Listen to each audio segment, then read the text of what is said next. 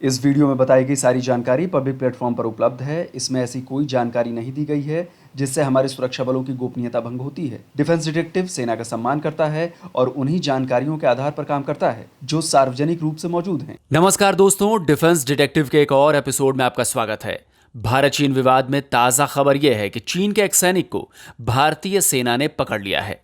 भारत के खिलाफ लगातार बकवास करने वाले चीन के सरकारी भोंपू के सुर इस खबर के बाद बदल गए हैं। क्या कहा है ग्लोबल टाइम्स ने और क्या है ये पूरी खबर, आपको इस वीडियो में बताऊंगा। साथ ही आपको यह भी बताऊंगा कि जब उसका अपना सैनिक इस तरह के हालातों में फंसा और वो भारतीय सेना के हत्थे चढ़ा तो चीन की भाषा कैसे फौरन बदल गई। लेकिन जब अरुणाचल प्रदेश के हमारे 5 युवक जब चीनी सीमा में पहुंच गए थे तो इसी चीन ने उन्हें जासूस करार दिया था। चीन के इस दोहरे रवैये की भी बात करूंगा, लेकिन पहले आपको बताता हूं कि हुआ क्या था। भारतीय जवान एलएसी पर चौकन्नी निगाहें रखे हुए हैं। चीनी सैनिकों की एक एक हरकत पर उनकी नजर है। आज उन्हें पूर्वी लद्दाख के देमचौक में कुछ हलचल नजर आई। भारतीय सेना फौरन एक्शन में आई। उसने जाकर देखा तो एक चीनी सैनिक भारतीय इलाके में आ गया था। जवानों ने उसे फौरन पकड़ लिया। ट्विटर पर मिल रही कुछ खबरों के मुताबिक चीनी सैनिक को जब पकड़ा गया तब उसकी हालत बेहद खराब थी। वो बीमार था, सर्दी के मारे कांप रहा था, उसने गर्म कपड़े भी नहीं पहने थे। जिसके बाद भारतीय सेना की तरफ से उसका इलाज, ऑक्सीजन और गर्म कपड़े का इंतजाम किया गया। भारतीय सेना की तरफ से जारी बयान में कहा गया है कि चीनी सैनिक को फौरन मेडिकल सहायता उपलब्ध कराई गई, उसे ऑक्सीजन दिया गया, खाना दिया गया और गर्म कपड़े पहनाए गए, जिससे लद्दाख की भयानक सर्दी और इतनी ऊंचाई पर बेहद खराब मौसम में उसे किसी तरह की कोई दिक्कत ना हो जाए। चीनी सैनिक का नाम कारपोल वांग या लोंग बताया गया है। भारतीय सेना की तरफ से प्रोटोकॉल के मुताबिक इसकी जानकारी फौरन चीनी कमांड तक पहुंचा दी गई है। चीनी सेना की तरफ से भी कहा गया है कि हां, उनका एक सैनिक गायब है। भारतीय सेना ने बता दिया है कि प्रोटोकॉल के मुताबिक चीनी सैनिक को चुशुल मोल्डो मीटिंग पॉइंट पर वापस कर दिया जाएगा। भारतीय सेना ने पूरी ईमानदारी से जिम्मेदारी निभाई। चीनी सैनिक का पूरी तरह ख्याल रखा। प्रोटोकॉल के मुताबिक उसकी वापसी भी सुनिश्चित कर दी है। लेकिन चीनी सरकार का जो सरकारी भोंपू है ग्लोबल टाइम्स, कैसे उसके सुर बदले, कैसे उसका रवैया दोहरा हो जाता है, वो आपको दिखाता हूं। आपको याद होगा अभी कुछ दिन पहले अरुणाचल प्रदेश के 5 नौजवान लापता हो गए थे। चीनी सैनिकों पर उन्हें किडनैप करने का आरोप लगा था। भारत ने बार बार कहा था कि चीन के साथ भारत की सीमा तय नहीं है, इसलिए वो गलती से उस पार चले गए होंगे। लेकिन तब इसी सरकारी भोंपू ने उन 5 नौजवानों को जासूस करार दिया था। लेकिन इस बार जब उनका सैनिक भारतीय इलाके में पकड़ा गया, वो भी सैन्य कागजातों के साथ, तब ग्लोबल टाइम्स की भाषा क्या है यह भी आप देखिए। यह लिखता है कि चीनी और भारतीय सेना के बीच जो बातचीत चल रही है उस पर इस घटना का असर नहीं पड़ना चाहिए। इस घटना का हल निकालने और गायब सैनिक को वापस भेजने पर चीन और भारत साथ में काम कर रहे हैं।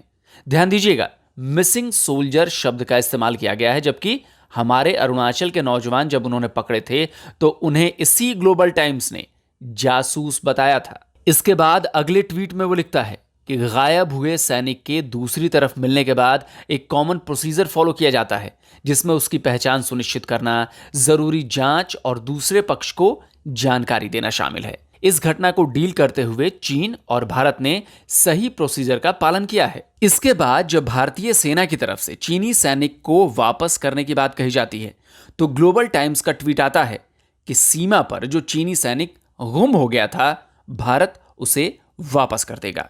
लेकिन इसके बाद का जो ट्वीट उसने किया, उससे चीन का दोहरा रवैया साफ झलकता है। जब तक भारतीय सेना की तरफ से अपने सैनिक की वापसी का आधिकारिक बयान नहीं आया, तब तक तो चीन की भाषा संयमित थी। लेकिन जैसे ही भारत ने कहा कि जल्दी ही वो चीनी सैनिक को वापस भेज देगा, सरकारी भोंपू ग्लोबल टाइम्स ने अपने बॉस जिनपिंग की राह पकड़ ली। अगले ट्वीट में वो लिखता है कि इस घटना की अच्छी तरह से की गई हैंडलिंग एक अच्छा संकेत है, जो ये बताता है कि भारत चीन के खिलाफ अपनी पिछली आक्रामक नीति से हट रहा है और इस तरह की घटनाएं नहीं चाहता, जिससे बेहतर हो रहे वातावरण में किसी तरह का कोई व्यवधान आए। ग्लोबल टाइम्स का ये ट्वीट आया है कियान फेंग नाम के शख्स के बयान पर। कियान फेंग बीजिंग के शिहुआ यूनिवर्सिटी में नेशनल स्ट्रेटेजी इंस्टीट्यूट के रिसर्च डिपार्टमेंट के हेड हैं। भारत द्वारा चीनी सैनिक के पकड़े जाने के बाद उन्होंने बयान दिया।